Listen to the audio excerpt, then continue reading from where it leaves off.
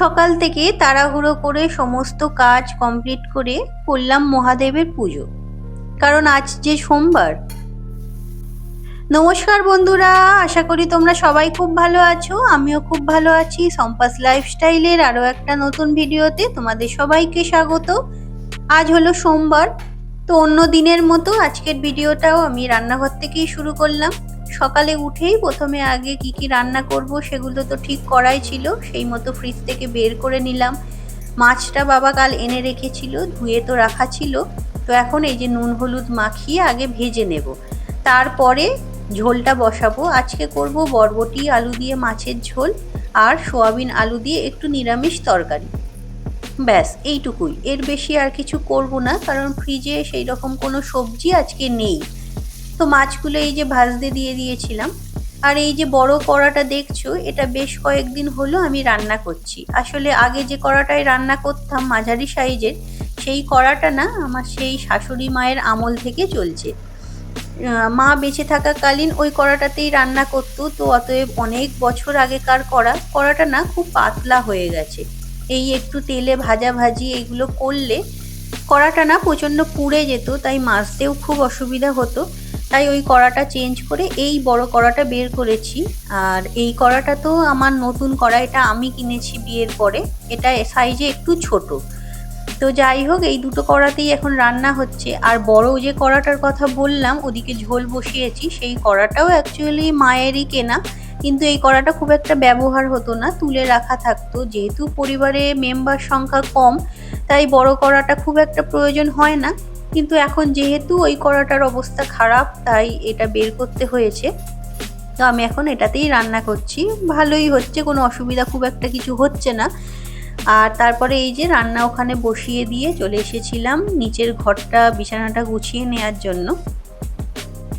আর দুটো তরকারি বসিয়ে দিয়ে এসেছি। দুটো তরকারিতেই আজকে একটা কমন বাটনা দিয়ে দিয়েছি, সেটা হলো আদা জিরে কাঁচা লঙ্কা।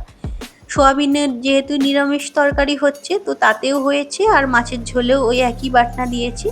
আর এদিকে দেখো, সোয়াবিনের তরকারিটা মোটামুটি আমার রেডি হয়ে গেছে। আর এর মধ্যে উপর থেকে একটু ঘি আর একটু গরম মশলা গুঁড়ো ছড়িয়ে দিলাম। আসলে নিরামিষ তরকারি তো একটু ঘি গরম মশলা দিলে খেতে ভালো লাগে। সোয়াবিন যদিও খুব একটা আমি পেঁয়াজ রসুন দিয়ে করি না, করলে এইরকম নিরামিষই করি।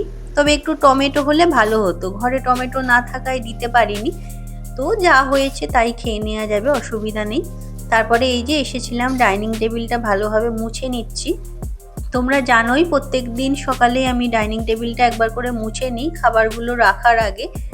কারণ খাবারগুলো রেখে দেওয়ার পর দুপুরে যতক্ষণ না সবার খাওয়া শেষ হয়, তার আগে পর্যন্ত টেবিলটা আর মোছা যায় না, যেহেতু খাবার দাবার রাখা থাকে।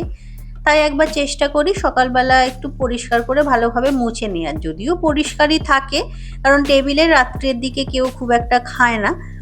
আর তারপরে রান্নাঘরটা তো পরিষ্কার করতেই হবে। আর আজ তো সোমবার, আজকে বাবির বাবা নিয়ে তোমাদের দাদাভাই সবাই বেরোবে সময় মতো, তাই কাজগুলো একটু তাড়াহুড়ো করেই করছি। রবিবারটা একটু ধিমে তালে চলা হয়, যেহেতু সোমবার দিনটা ফুল এনার্জি নিয়ে কাজ না করলেই নয়।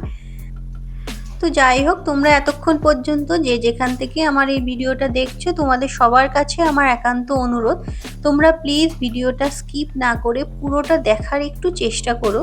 আর যদি ভিডিওর কোনো অংশ তোমাদের একটু ভালো লেগে থাকে, তাহলে অবশ্যই একটা লাইক করে দিয়ে তোমাদের বন্ধু বান্ধব আত্মীয় স্বজন সবার মধ্যে শেয়ার করে নিও। আর যদি তুমি আমার চ্যানেলে নতুন হও, তাহলে অবশ্যই চ্যানেলটা সাবস্ক্রাইব করে নিয়ে আমার এই ছোট্ট চ্যানেলটার পাশে থেকো। আসলে কি বলতো, আমার চ্যানেলটা এখন খুবই ছোট। তোমাদের ভালোবাসা আর তোমাদের সাপোর্ট ছাড়া কোনোভাবেই আমার পক্ষে এগিয়ে যাওয়া সম্ভব নয়। অনেক স্বপ্ন নিয়ে, অনেক আশা নিয়ে আসলে চ্যানেলটা খুলেছি। আমার মতো অনেকেই আছো আমি জানি। আর এটা কোনোভাবেই এগিয়ে যাওয়া সম্ভব নয় যদি তোমরা আমার পাশে না থাকো, আমার সাপোর্টে না থাকো। তো তোমাদের কাছে একটু অনুরোধ করছি, প্লিজ তোমরা ভিডিওগুলো একটু দেখার চেষ্টা করো, একটু সাপোর্ট করো। যদি কিছু ভুল মনে হয়, যদি কিছু ঠিক মনে হয়, সব কিছু তোমরা কমেন্ট করে জানাও আমাকে। কারণ তোমাদের কমেন্ট বা তোমাদের লাইকগুলো কিন্তু অনেকটা এনকারেজ করে আমাকে, খুব ভালো লাগে সেগুলো দেখে। তো যাই হোক, তারপরে এই যে চলে এসেছিলাম বাসনগুলো মেজে নেওয়ার জন্য। আর আজকে না প্রচুর বাসন জমে আছে। আসলে কাল রাতের খাবার খাওয়ার আগেই সন্ধ্যা থেকে যে কটা বাসন পড়েছিল সেগুলো মেজে নিয়েছিলাম। তাই রাত্রে খাওয়ার পর আর বাসন মাজিনি। তো এই রাত্রের খাবারের বাসনগুলো ওর জন্যই সব জমে আছে। আর তারপরে তো রান্না বান্না হয়েইছে, সেই বাসনগুলোও আছে। তো চলো এবার বাবিকে ডাকতে হবে, কারণ ওর স্কুলের টাইম হয়ে যাচ্ছে। আজকে এখনো ঘুম থেকে ওঠেনিও। আর এই যে বাবিকে স্কুলে দিয়ে তারপরে চলে এসেছিলাম উপরে, বিছানাটা গুছিয়ে নিয়েছি আগেই। আর জানলা টানলাগুলো খুলে দিলাম। ওয়াশিং মেশিনে অনেক জামা কাপড় ছিল, তো সেগুলো আগে মেলে দিই।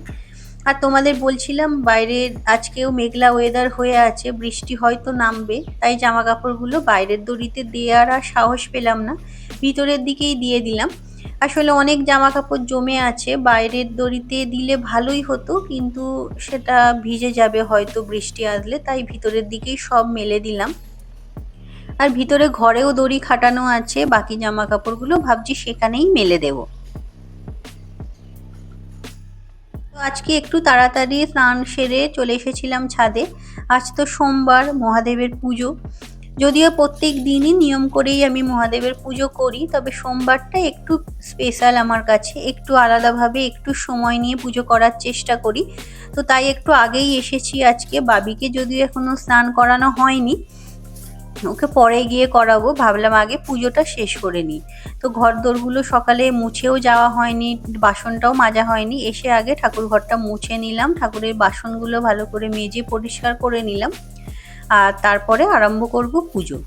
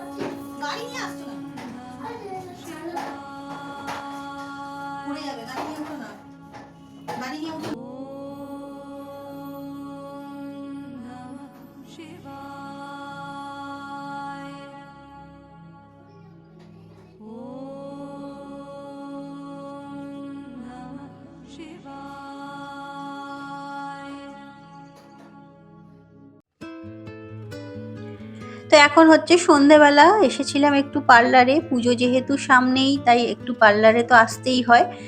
আইব্রোটা করে নিয়েছি আর করেছি একটু হেয়ার কাট। সেই আগের বছর পুজোতে লাস্ট চুল কেটেছিলাম, তারপর অনেক দিন হয়ে গেল, তাই ভাবলাম পুজো যেহেতু আছেই চুলটা কেটে নিই। এই যে দেখো আমার চুলটা পিছন থেকে এইরকম লাগছিল, দেখতে বেশ সুন্দর লাগছিল।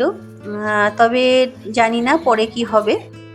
আর এই যে বাড়ি চলে এসেছি, রান্না বান্না সব করে রেখেই গিয়েছিলাম একবারে। বাবানকে ও আজকে পড়া ছিল, তো সেখানে নামিয়ে দিয়ে তারপরে আমি গিয়েছিলাম পার্লারে। আর বাবি এতক্ষণ বাবার কাছেই ছিল। একটু ভয়ে ভয়েই ছিলাম, কিছু হয়তো ডিস্টার্ব করবে, বিরক্ত করবে, কারণ খুব ছটপটে তো। তবে সেরকম কিছুই করেনি, বেশ ভালোভাবেই ছিল। আমার আসতে একটু দেরিও হয়েছিল, তো কোনো রকম অসুবিধা কিছু করেনি, বসে খেলাই করছিল। তো তারপরে রাত্রেবেলা খাবার দাবার দিয়ে দিয়েছি। আর এই যে এখানে একটু হেনা ভিজিয়ে নিচ্ছি। চায়ের লিকারটা আগেই করে রেখেছিলাম, ঠান্ডা হয়ে গেছে, তো মেথি জলটা ভিজিয়ে দিয়ে এই যে এখানে চায়ের লিকার দিয়ে হেনাটা ভিজিয়ে রাখবো। তাহলে কাল সকালবেলা উঠে বা বাবিকে স্কুল থেকে আনার পরে মাথায় লাগিয়ে নিতে পারবো।